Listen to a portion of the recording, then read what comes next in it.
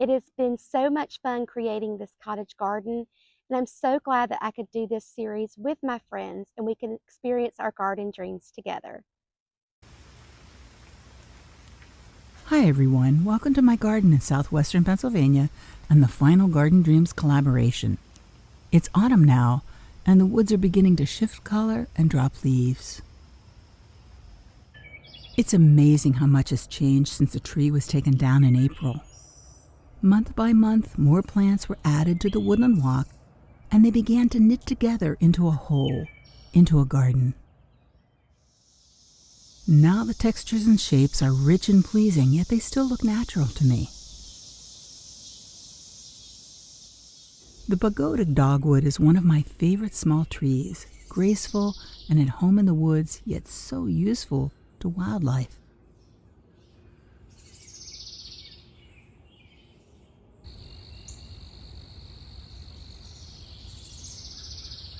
In late September, its leaves begin to change to a soft rose color.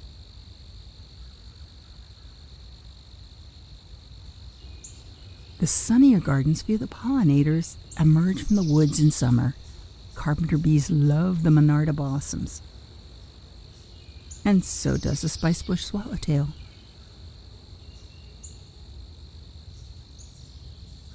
I grow the northern spicebush just so that I can see those butterflies. It's a graceful tall shrub with beautiful summer foliage that turns golden in fall. I grow strawberries in a planter on my deck that provide fruit all summer, but I always plant Italian parsley in it for the caterpillars that become yellow swallowtail butterflies.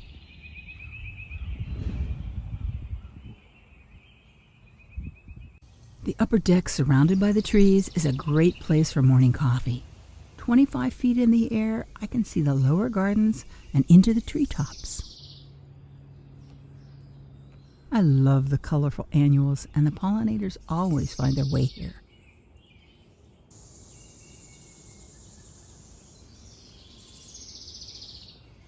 They even pollinate the cherry tomatoes.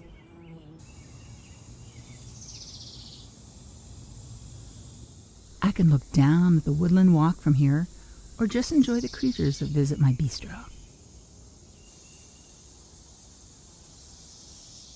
The garden really suffered from extreme heat and drought this summer, and so did the creatures in it. A groundhog broke through the fence to eat some of the beds to the ground. We finally secured the fences and saved the garden. The deer were just as hungry and thirsty and were constant visitors to this bird bath on the ground. I fill the 2-gallon bowl twice a day for them. One day I noticed an odd depression in a dish of outdoor seedlings. A toad was trying to survive in the cool, damp soil after I watered the plants each morning. Toads are great for the garden, eating slugs and mosquitoes and other garden pests. So I made a toad house for it from a broken pot, filled it with damp soil, and planted sedge around it to create a pretty home in the woodland garden.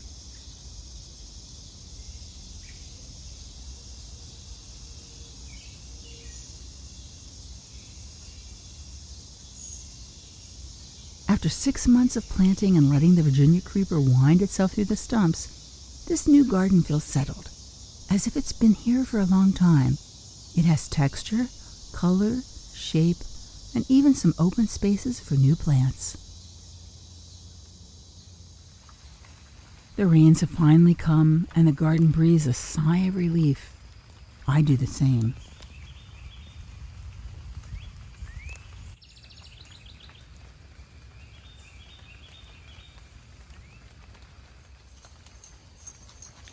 Pixie walks the garden with me, rain or shine. Volunteer natives bloom in the woods near the natives that I planted.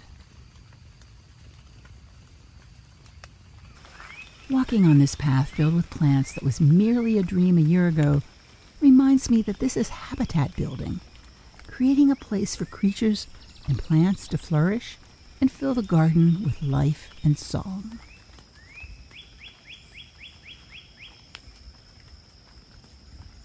There is more to do, more plants to add, a new connecting path to create, but this year's work is almost done. and soon it will be time to plan next year's garden dream. Do you have a garden dream?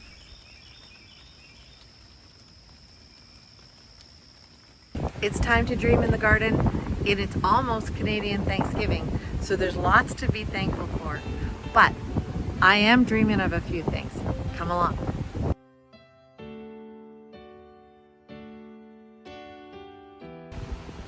It is the second day of fall, and I am in my garden after a weekend away, and I always love to come back and visit my garden. It's kind of like an old friend. Even though I've only been gone 4 days, it's really nice to come back and see the fall garden. And we've had some rain. We had a lot of rain yesterday, so the garden looks fresh and delicious and cool. Let me flip the camera around and I'll show you around. But I'm gonna talk a little bit about my dream garden. Guys, I already have my dream garden. And you know, as a gardener, as an artist or anything, that you're always perfecting your craft. So I have a few ideas and I'll let you know what they are. But I hope you enjoy this tour. We'll start here by coming into the garden from the driveway. But I don't know what it is about an overcast day and a rain, but look at the vibrancy of the garden today. It is just gorgeous. Everything is kind of having a second flush. The big daddies are gorgeous. But look at the shining star is that the nasturtium loves the little bit of a cooler weather and is giving me a gorgeous second display.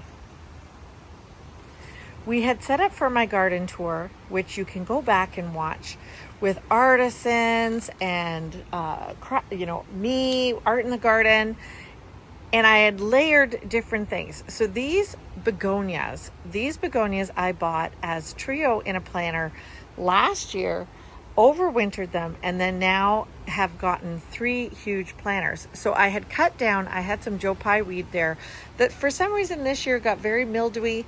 So I cut it down and I simply layered in those dragon begonias. This is where I had some donkey tail spurge and it didn't really like the spot. So we took it all out and we just put in some river rock as a bit of a difference in texture. Now, I think I've talked about this before. I trimmed all my oak leaf hydrangeas and I must have done it at the wrong time because they're not giving me a lot of blooms. But that's okay. The shape of them is perfect. Don't you love this little succulent dish? The shape is perfect for next year and it will turn a bright red. You can kind of see in the back where I didn't have to trim. All the blooms are there. But again, this Japanese grass, this is part of my dream. So I'm gonna show you in just a minute. That's a 3rd begonia. So what I'll do is I'll probably cut it back hard when it's time to take it in and just overwinter it again in the garage. This is the donkey spurge that originally I had planted where the river rock is. I had put some in my planter box here and it decided to have babies all around my step in the crevice. Isn't that fun? Now, it loves its life here. It obviously likes it better than where it was, so I'm just gonna leave it. This is how I had left the garden with all the planters tucked in because I have a watering system and it didn't rain last week while I was away, so they did get some rain. But look at one rainfall versus watering and everything just comes to life. That salvia is just blooming now. I had planted that from seed and I don't think it got enough sun here. So that's lesson learned, but I have layered in some lavender and that's doing really well. So next year it'll be great. So here is a little bit of my dream garden. If I can find a photo of the cosmos that were in here, I will overlay that in. But if you didn't, imagine a hot mess a hot mess of cosmos that were, some of them had taken, some of them have not, all high.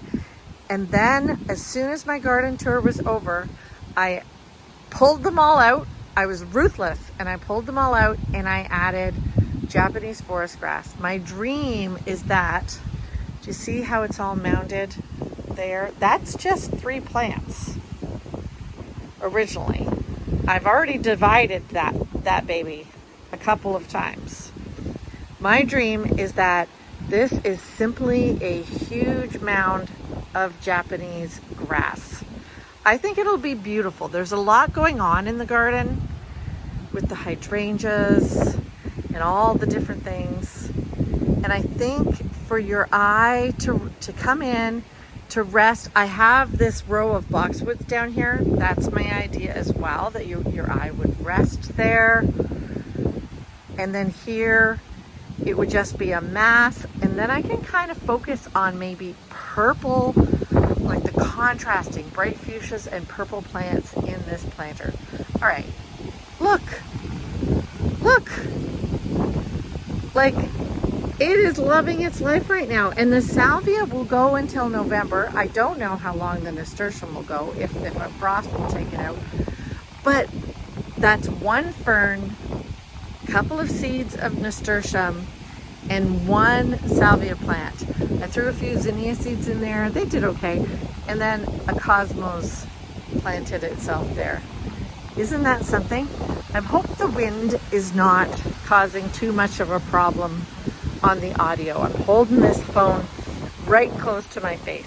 So this coleus is getting a little leggy. I think it's time, when I have a moment, to trim it all up and make some cuttings and save those for next year. And again, salvia. Salvia is, I think, one of my favorite annuals. These are a couple of planters that I had at the gallery that just got really leggy and almost died. So I brought them home and cut them, and look what they're gonna do for me for the fall. I think I'm gonna get a big pumpkin, put it here, and just cluster these all in and around. Now you've seen my garden before. If you haven't, thank you for stopping in. Thank you for watching. Like and subscribe so you can see more. My channel is all about living and working artfully. I'm an artist, and that is what I do most of the time. I paint. Actually, let me give you a little tiny studio tour if you haven't been in. Now, here's where I work. And I've got paintings in process, things just starting. I'm working on a few paintings. I've got a few commissions, and I'll be in here all day tomorrow. This is where, when I'm not on a tour, when it's very tidy on a tour, this is where I work, and I literally squish everything in and work hard. So that's all for that. Now, another area for my dream garden is this area. You might say, why have you got planters in the middle of your lawn? Now, do you see all the brown spots? This lawn just doesn't do very well, so it's got to go. I'm going to be planting, or I'm going to be putting in a rock walkway, flagstone, that comes along, comes there, kind of ends, and then I'll put a little bit more of a rockway coming down the stairs. This area, I will allow the rocks to create kind of a, maybe not necessarily a circle, but more maybe an eye shape. All of this is going to come out, and I'm going to make it a sand pit where we will have either a little fire pit or the kids can play in the sand. I think it's going to be gorgeous. So that's the big dream. Also, the fall garden is actually one of my favorite times. And out here, I have so much room, and I really have always loved mass plantings. So we are going to be expanding. I'm working with a lady, her name is Laura, called Mud and Meadows, and we are going to sacrifice this garden this fall, divide it all up, but we're going to build a much bigger garden using all these plants so I don't have to spend more money, and making all the divisions but planting them en masse. See, now that they are all in full bloom, really, I can tell what they are, and I know exactly where they're going to go. This side is a bit of a hot mess. Those miscanthus grasses need dividing, and I don't really like the row that I did of my sedum. Again, we're going to be making this garden quite big, kind of going in all around and mulching and just dividing up all these plants so that in the fall next year, it's just going to have such impact. This is something, I can hardly wait. It happens the second week of October, and I am beside myself with excitement. Get that door closed. The zinnias have done great. I think I will always plant some zinnias there with the salvia, and I threw some seeds in there. I just love the sunflowers poking out. Laura from Mud and Meadows is going to help me figure out this congestion. So it's a great time to do stuff in the fall, because everything is kind of full grown and we know where we should divide and things like that. These zinnias are having the end of their time, so they might come out in the next week, and then I'll kind of fluff up the mulch, make this a little pretty. But again, my goal here is more of that Japanese grass. So I only planted the zinnias here because this miscanthus had been moved from the other side of this miscanthus. It is taking its time to grow. Ultimately, this will fill this whole area as well, and I would love the green of the lime green of the Japanese grass to fill as a row here and just layered. Sometimes I just need some simplicity, but don't we all? Don't we all just need some simplicity? But look at this layered zinnia.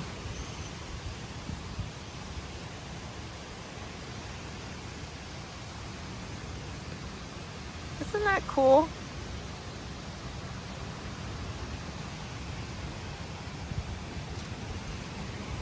Now, if you are a zinnia fan and you know if I could save any seeds or how to, give me some notes. Or leave me, oh, I think that's what I've just solved here. Do I dry these? Tell me what I do. Do I simply take these and dry them and then they'll be fine for next year? Or do I sprinkle them in and they reseed? That is the advice I need from you.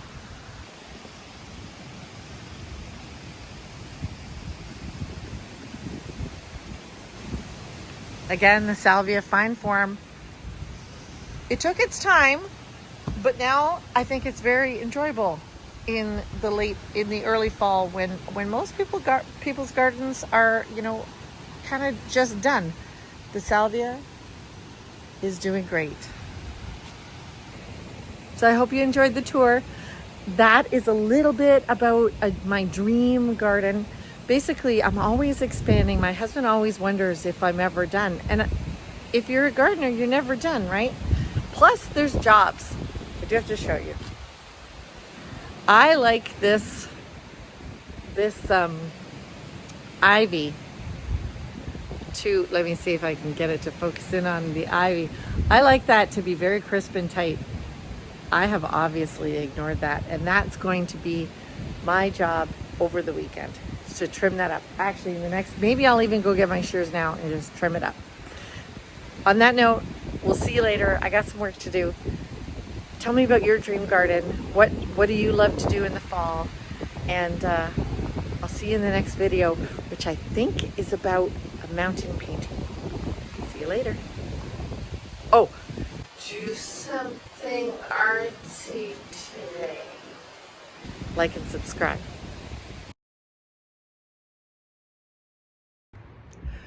Good afternoon, garden friends, on this beautiful fall day. Today's video is the finale of our collaborations regarding our garden dreams.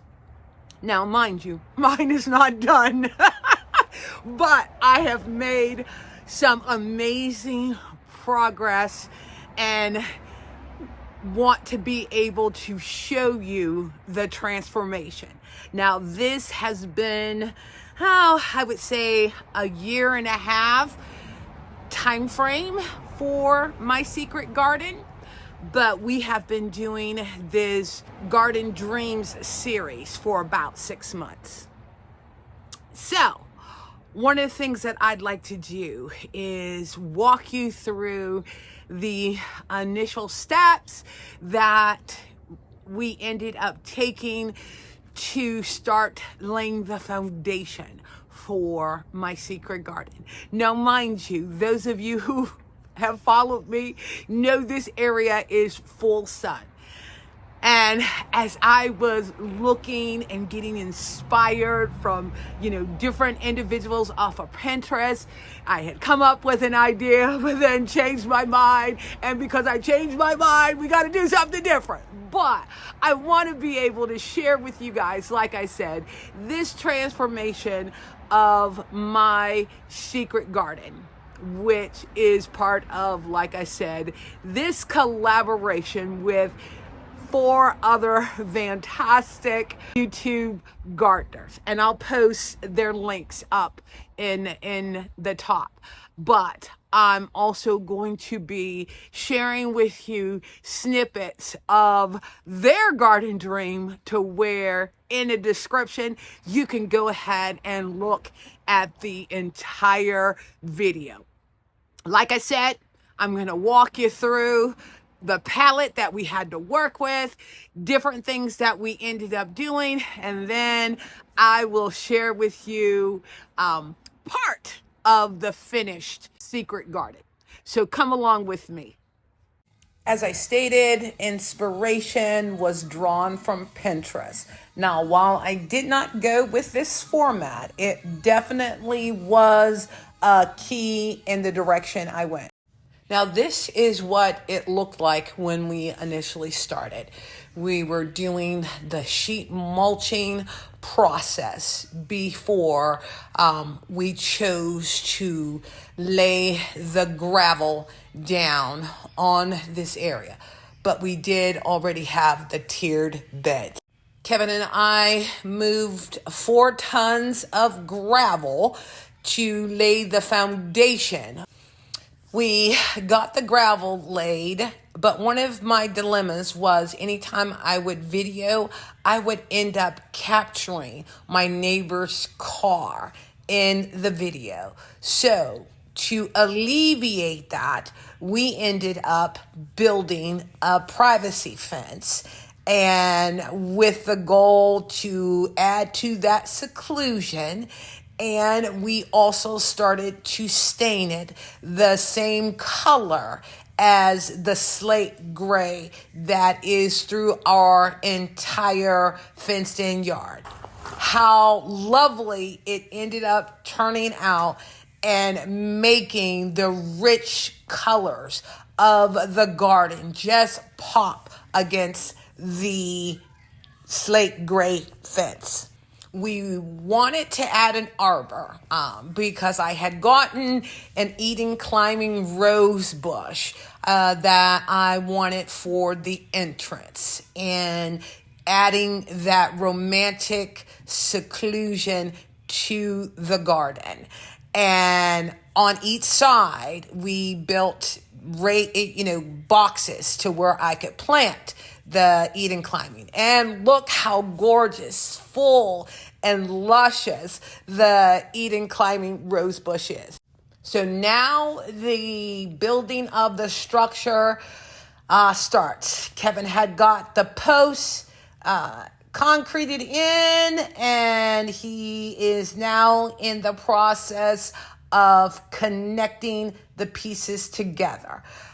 Fast forward to he got it connected. He's starting to put on the crossbars, and man, I can already see how this is going to change the feel of my secret garden while adding some filtered shade, because that was my goal. Like I said, this is a full sun garden, and I knew I would not be able to make it into a shade garden as the premise behind a secret garden is. But it allows me to have this beautiful array of hibiscus seeds. Seeds I started for my gomphrena. And also having a full sun garden allows for me to have many choices. Now, we'll go ahead and jump right in to the final touches Kevin needed to put on the arbor. All right, now we're going to be making the supports that all support on the posts. Total of 16 of them. Made a template out of 1/4 inch material, screwed to each board. What I'm going to do is use the bandsaw just to cut about an 1/8 inch, no more, proud of the template, to get rid of a lot of all this excess. And then we'll finish it off with the router with a template bit, and I'll show you that when we get to it. Got the dust collection set up. Let's go.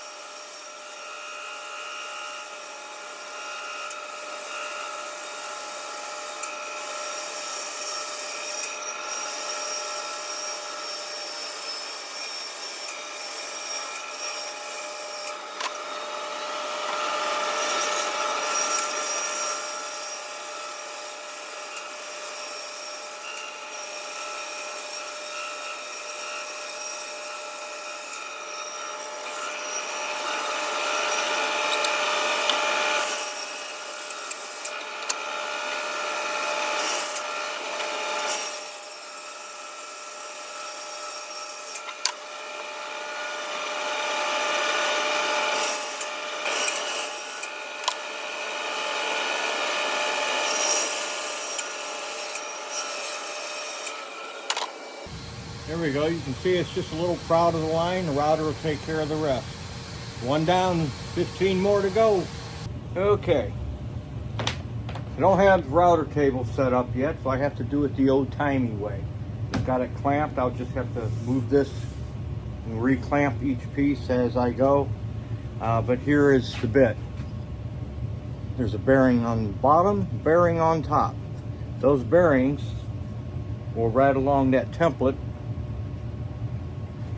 and it'll cut flush along with the template. So let me go ahead, and I already got everything set, the depth and everything what I need. Let's go.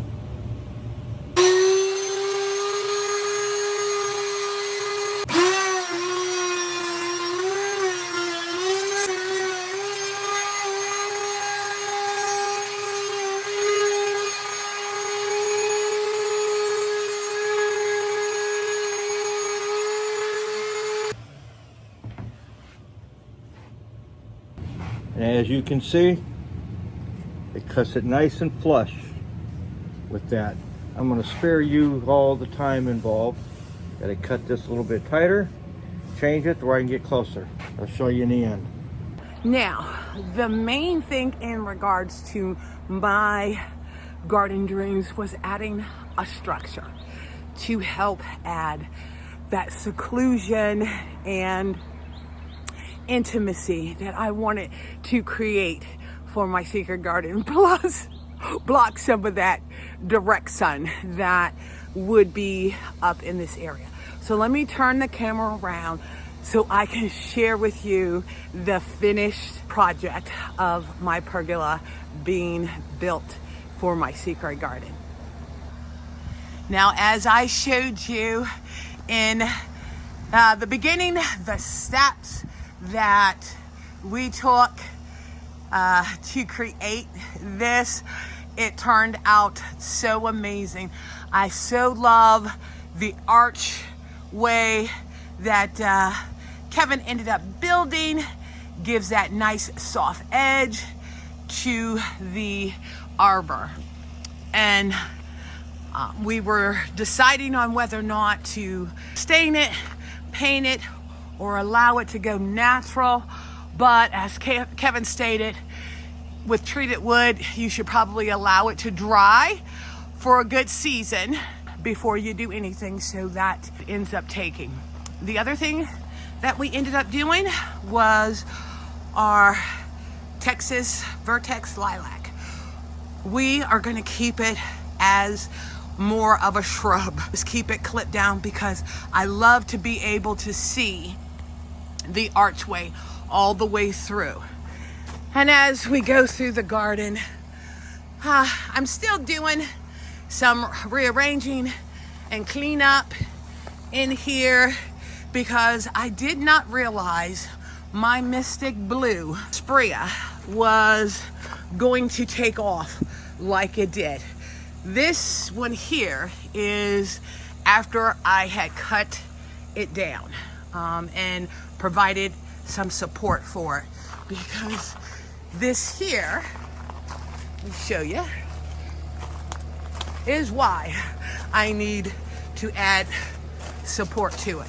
I did not realize it was going to get this big, and all three of these were that size. And I just recently cut this one back and gave it a support mechanism to climb up for next year. I need to find another one that matches that. And like I said, doing some additional things that I'm going to be adding into the garden, because that rose bush is actually getting pushed back into the corner. And then I'm thinking about, in between the Mystic Blues, putting additional rose bushes. My Gumfrina that I grew from seed, it must just love this soil back here, because everything seems to just go full-fledged flourishing. And I ended up adding some pansies. I know it's a little bit early. I wanted to add just a little pop of color. Now, with this arbor, you know, one of the things that I wanted was for it to come into a curve. And let me just show you how Kevin had to create this. It's just a nice accent to the garden. Let me see if I can show you how from this side it ends up looking. That he had to reconfigure it because it does have a pitch to the angle coming over here to my bench. Now, as I stated, I ended up having a vision of this. So the next thing that we're going to be doing is rebuilding the archway there that has my Eden climbing rose. We're gonna build bigger boxes and then make the opening wider and make it out of the timbers so that it mimics when you come into the secret garden. And you know, that's the thing about gardening. Different things inspire you. The archway of the initial arbor was my inspiration, along with things that I ended up seeing off of Pinterest.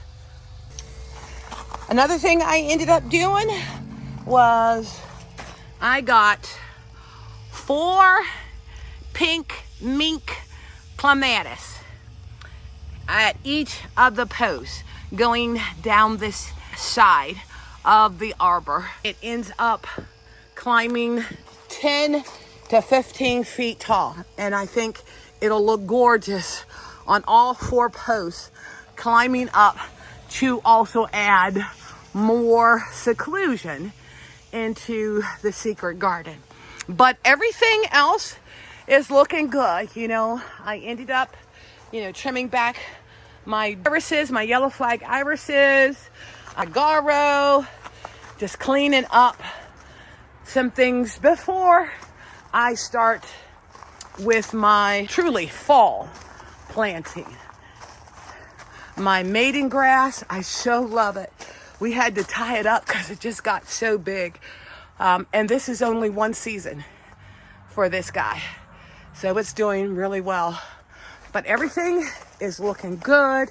I so love the combination of the black-eyed Susans and the perennial verbena. I got some garo in here, and it just looks so lush back here in the garden. And I so love it.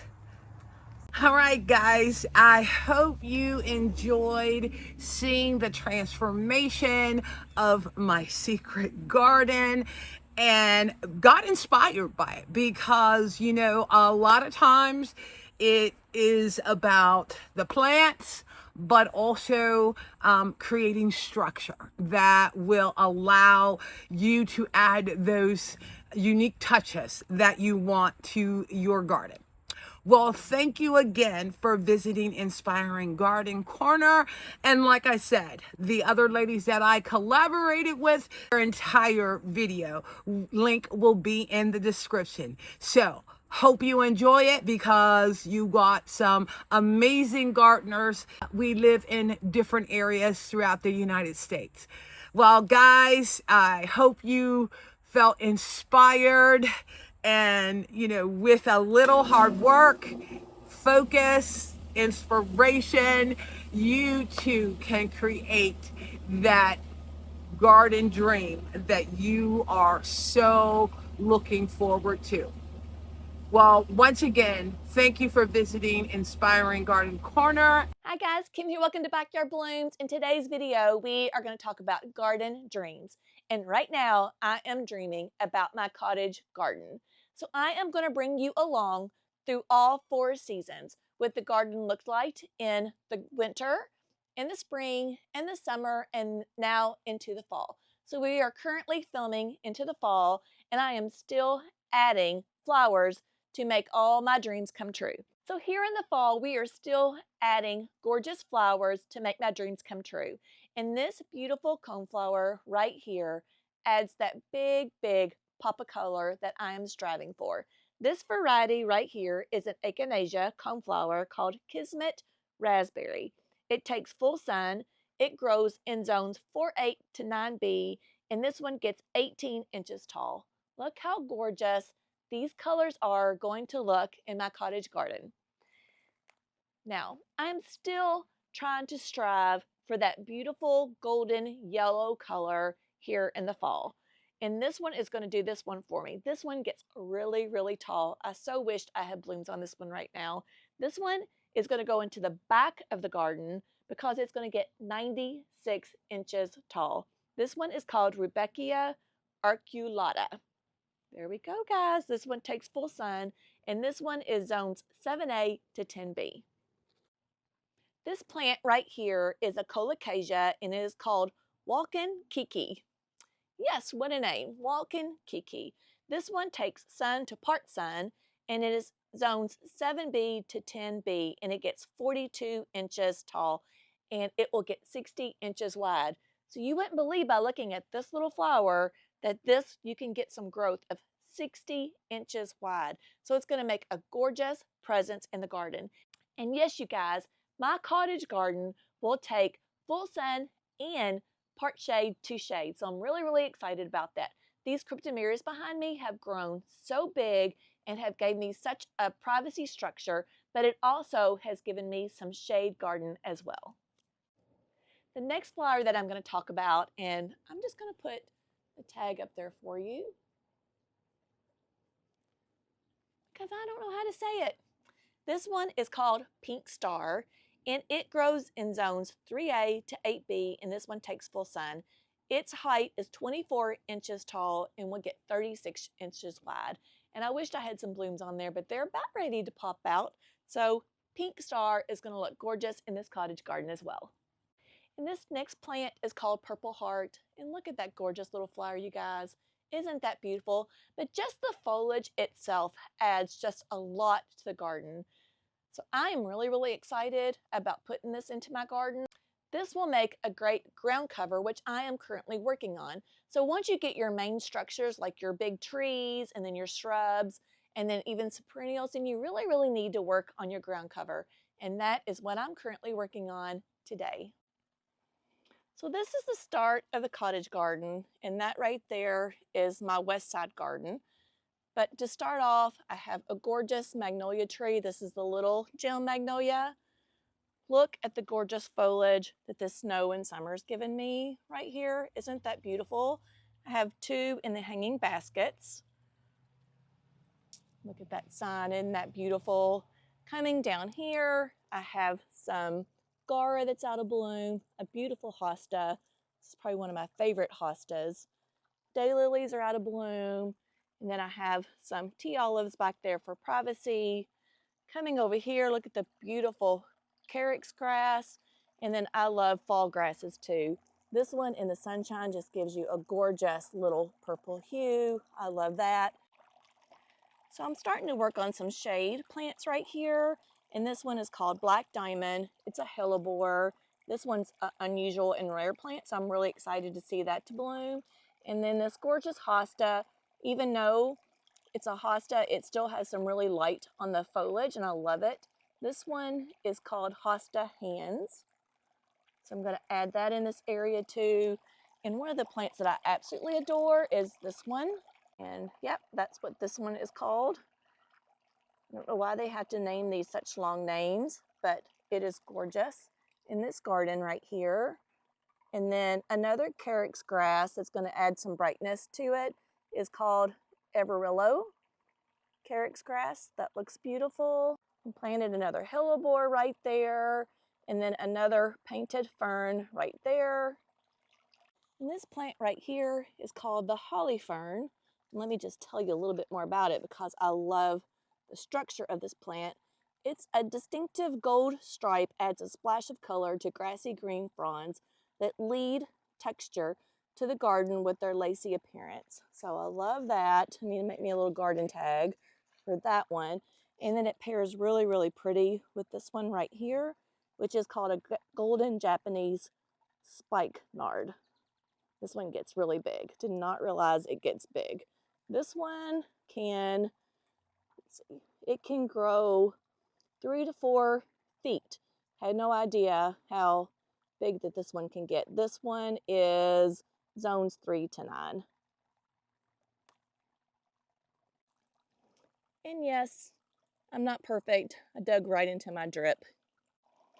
So like I said, I'm adding lots of plants right here that love shade. This gets a little bit from anywhere from shade to partial shade in that area. There's things I need to remove, like this Mexican sunflower does not bloom, so it needs more of a sunny location. And then some of the other plants that I just talked about, that's the pink star. I'm thinking about planting that there. And look how gorgeous these marigolds are.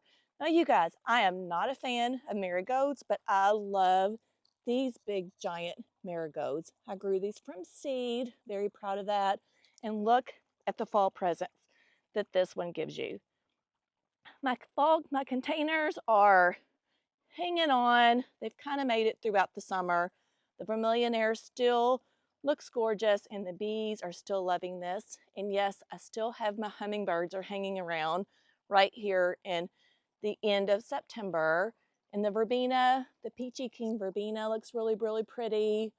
Some of the petunias are just still trying to hang on here at the end of the summer. And then yes, look at that gorgeous red color. That is Mahogany Splendor hibiscus. I grew that from seed. And then we just have a few other things in here. Some hellebores hanging on, salvia. The spurge over there looks really pretty. Now the Walker's Low Catmint, this has been cut back several times, but boy, in the springtime and summertime, it was gorgeous. This one is another big pollinator lover of bees. This salvia looks gorgeous here, and that's the new coneflower that I just talked about, so we're going to place it there. some coneflowers, either like, these are trying to come out of bloom or go out of bloom. I can't really tell. But we have some color right here from the candy corn spirea. We still have lots of white gaura here that are trying to bloom back. And then the black-eyed Susan vine, that's not a black-eyed Susan color, but this color right here is gorgeous into the garden right here into fall. That one is beautiful. Still some gorgeous fall grasses that we have here. Then we just come down and repeat the exact same thing in the containers. Look at the bees all over this one. Look at that. He's like, I want all these little buds right here to myself. This candy corn spirea is beautiful. It probably gets the most sun. Like I said, another repeat of the Walker Low. I do have a lilac that I've been trialing in this, so I'm hoping that it won't be like so dry next year. I'm going to add a little bit more irrigation. And then the pufferfish over there probably needs to be trimmed back sometime pretty soon. Then more hellebores, and then lungwort right here. I think these are called the pinkaboo. And you can see that I do have an echinacea there that's trying to pop out. I have some hardy hibiscus here. And then I thought I would put this colocasia there. This seems to me like more like it should be an indoor house plant, but if I can get it to grow, I think it's going to be just beautiful here, right there. I have some columbine, some astilbe. Oh my gosh, this agapanthus right there was gorgeous when it was in bloom. And then I just need to work on this area right here. I need to move some of these daylilies to like sunnier location and add a little bit more shade loving stuff there. But however, that area over there does get some full sun.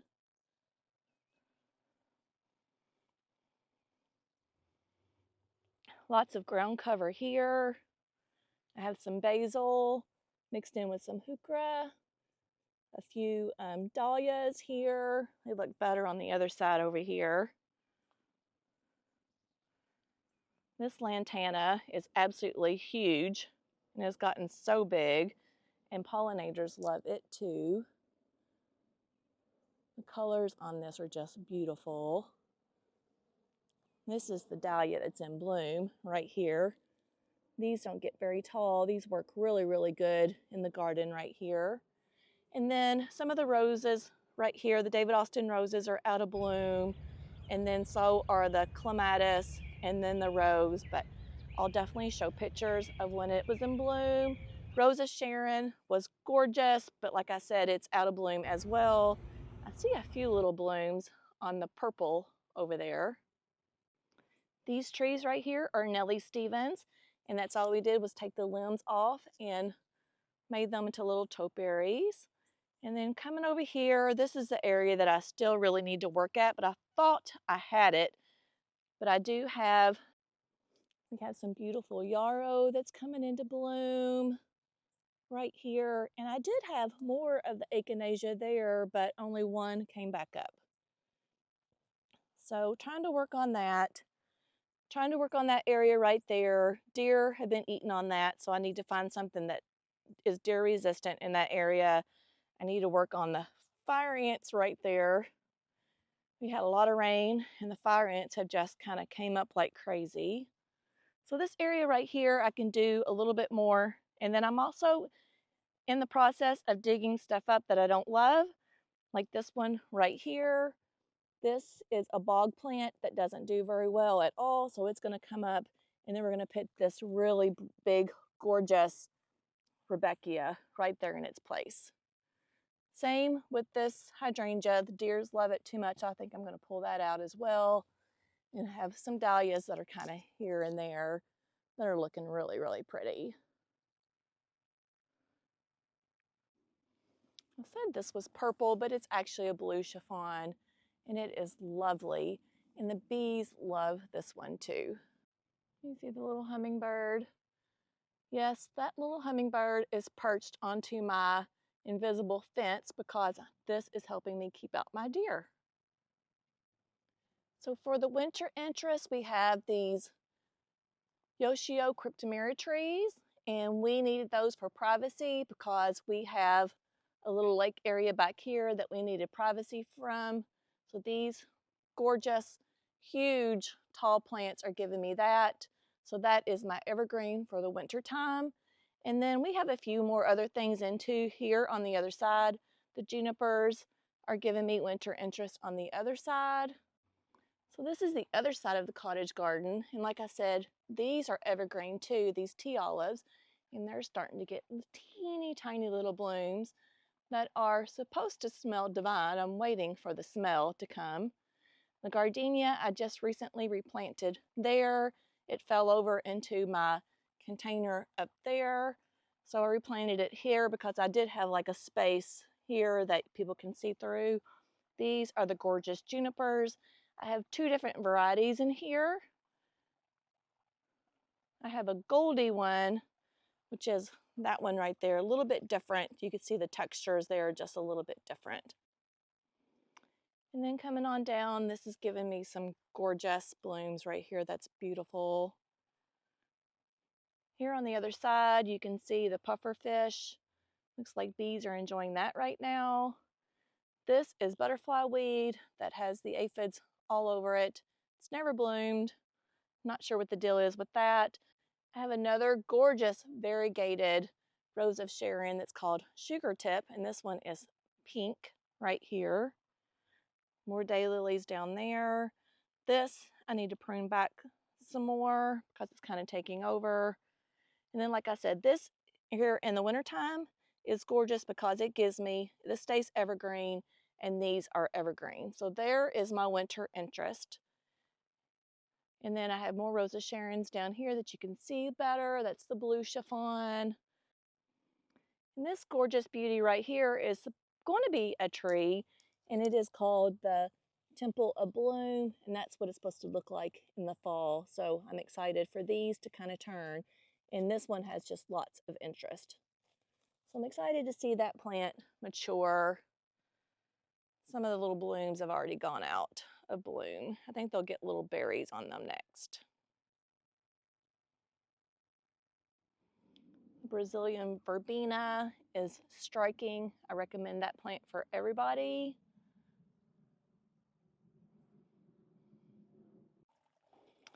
Adding containers makes the cottage garden look very beautiful as well. So for spring, we had lots and lots of jonquils or daffodils in this area that were absolutely stunning. So I'll show you pictures of everything that was in the springtime. I believe we had a couple other spring bulbs that are in here as well. So I'll try to show you pictures of that.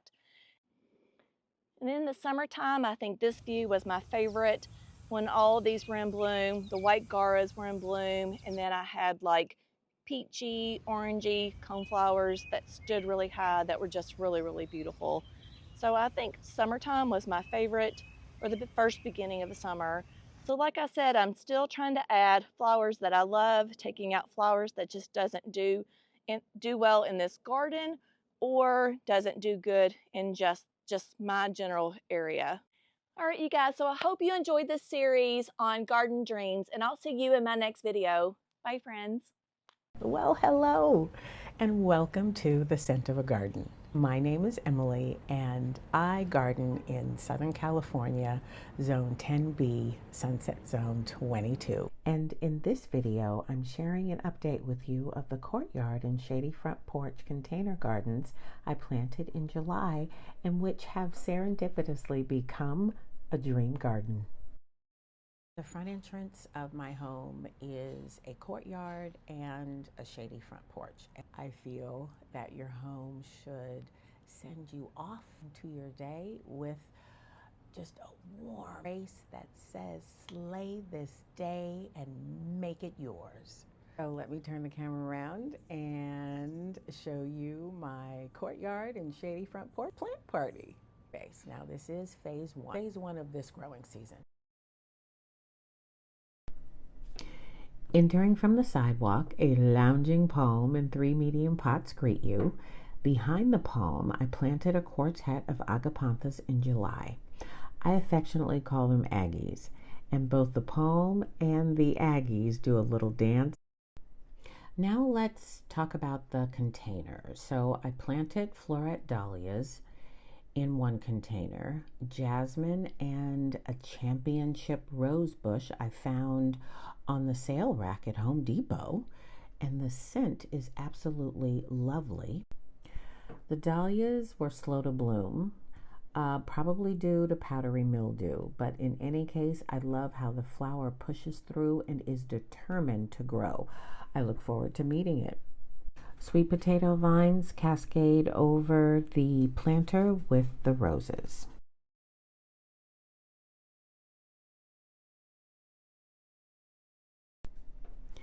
Next is the passion flower vine.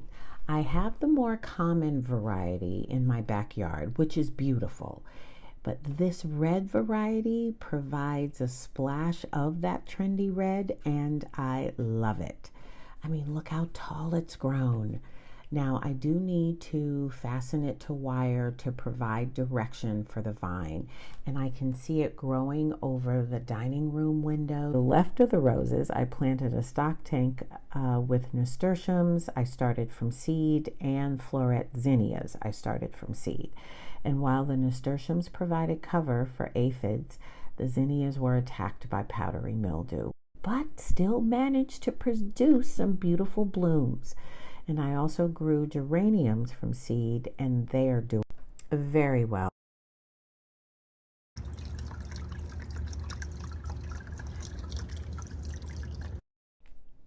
So opposite the brightly colored zinnias, I intentionally planted soft, muted colors.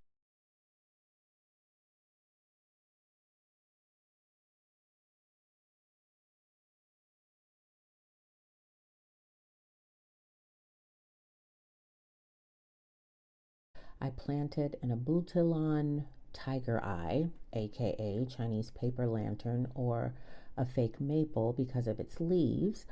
And underneath the tiger eye, I added yellow lantana to match the center of the tiger eye bloom, and added dichondra falls to bring out the silver that's found in the edges of the bud of the flower. And I love the way this container came together with colors and textures. To add more silver, I planted a majestic ceanothea, which did really well until the August heat wave, and literally the petals just fell over. So parts of the plant are still holding on, and I will keep the parts that are still holding on, and I'll backfill with Dusty Miller that I also grew from seed. So next to the abutilon, I planted heliotrope, because when the abutilon blooms die, the flower turns a deep purple, almost eggplant in color. So the deep purple of the heliotrope seemed to be a good pairing with the abutilon. I added impatiens, which is one of the most dependable shade plants.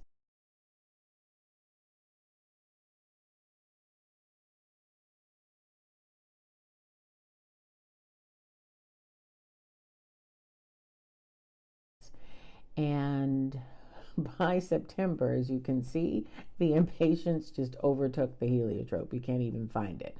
So yeah, they are dependable. And I also planted 3 containers with a cast iron plant, which is another dependable shade plant, and with impatiens underneath, and it's growing really well. The slow-growing succulents planted in my wagon are thriving, and the yellow and purple daylilies were lovely and short-lived, but the strappy leaves live on.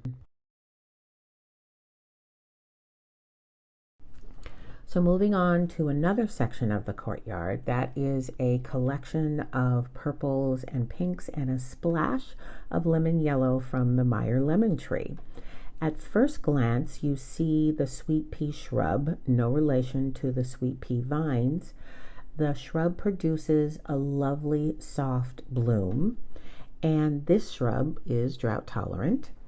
Next to it, it's the lemon Meyer tree, 2 succulents continuing to flower, yay, mint, and a princess flower that I started from a cutting from a princess plant in my backyard. I'm very excited to see it bloom, and you can see from the picture in July how small it was, and at that time I thought it was really tall. Climbing up the stair is a handsome fern and well-dressed fuchsia that loves its life. There's more mint on the table with the fuchsia and cyclamen. The leaves are beautiful, and occasionally I get a bloom from the cyclamen even though it's late September. On the bench you see a euphorbia and also a succulent container that was gifted to me from my neighbor. And you can see the wandering Jew is just on a discovery journey, and I love it.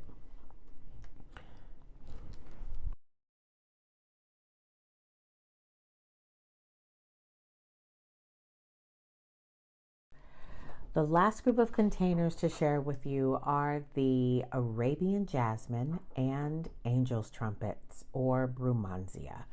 So the Arabian jasmine is an interesting plant. It's a shrub with glossy leaves and quarter-sized blooms that pack a fragrant punch. I moved this plant from the backyard to the courtyard, and it's thriving. The angel's trumpet, or brumansia, I propagated from a cutting. I will transplant it soon to a larger container, and I hope by spring of 2025, the fragrance of the trumpet flower will greet me in the driveway. So thank you for coming to my garden dinner party. Hope you enjoyed this video, and I'll see you in the next one. In the meantime, enjoy your flowers and the fragrance in the air. So that's it. It's the end of the Garden Dream series, but it's not the end, because we have had such wonderful time together, beautiful friendships were made, and more garden dreams will happen this year.